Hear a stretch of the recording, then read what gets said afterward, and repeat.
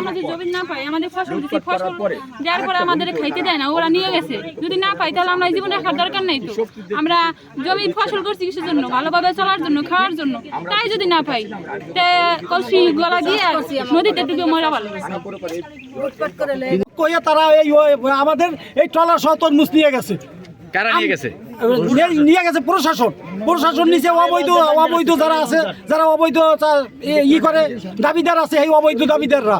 এখন আমরা এই প্রশাসনের কাছে আমরা এই বিচার চাই যে আমাদের বৈধ জমি কেন ভাই তরমুজ তারা নিয়ে গেছে। আমরা এইটা আমরা প্রশাসন আপনারা জমির প্রকৃত মালিক যারা, তারা যেন জমি পায় এই দাবি জানাই আমাদেরকে।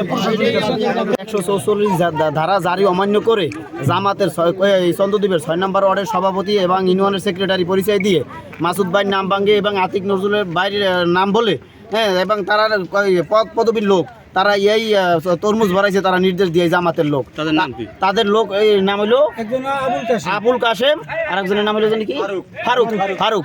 আমি এই বাউফল কোন পদে আছে? জামাতের 6 নম্বর ওয়ার্ডের সভাপতি চন্দ্রদ্বীপ ইউনিয়ন। নাম কি? ফারুক আহমেদ। ওনারা কি করছেন? ওনারা এই নির্দেশ দিয়ে কালকে এই 144 ধারা জারি অমান্য করে এই তরমুজ ভরছে। তারা মাসুদ ভাইয়ের দোহাই দিছে এবং আতিক নজরুল ভাইয়ের দোহাই দিছে। সেই তরমুজ কোথায় এখন? সেই তরমুজ এখন লঞ্চ ঘাটে ট্রলার ভিড়িয়ে নিয়েছে। আজকে প্রশাসন দিয়ে এই ট্রলার, ওই তরমুজের মালিক কারা? ওই তরমুজের মালিক আমরা। আপনারা মালিক, আপনাদের তরমুজ নিয়ে গেছে তারা? হ্যাঁ, জোরপূর্বক নিয়ে গেছে। আমি বলবো বাউফল খাদেম সাহেবকে, খাদেম সাহেব আপনি এগুলোর একটু নজর দেন। এই দেশবাসীর জমিন এই ভূমিদস্যু কেন জোর করে নিয়ে যাবে? মজিবর গং এই ভূমিদস্যু জামাল মাঝির বাড়ি হলো চন্দ্রদ্বীপ, আর এই ভূমিদস্যু এই মজিবর গঙের বাড়ি হলো নাজিরপুরের শেষ মাথায়। আমাদের এই নদী কবলের মানুষ আমাদের জমিন আমাদের মাঝে ফিরিয়ে দেন।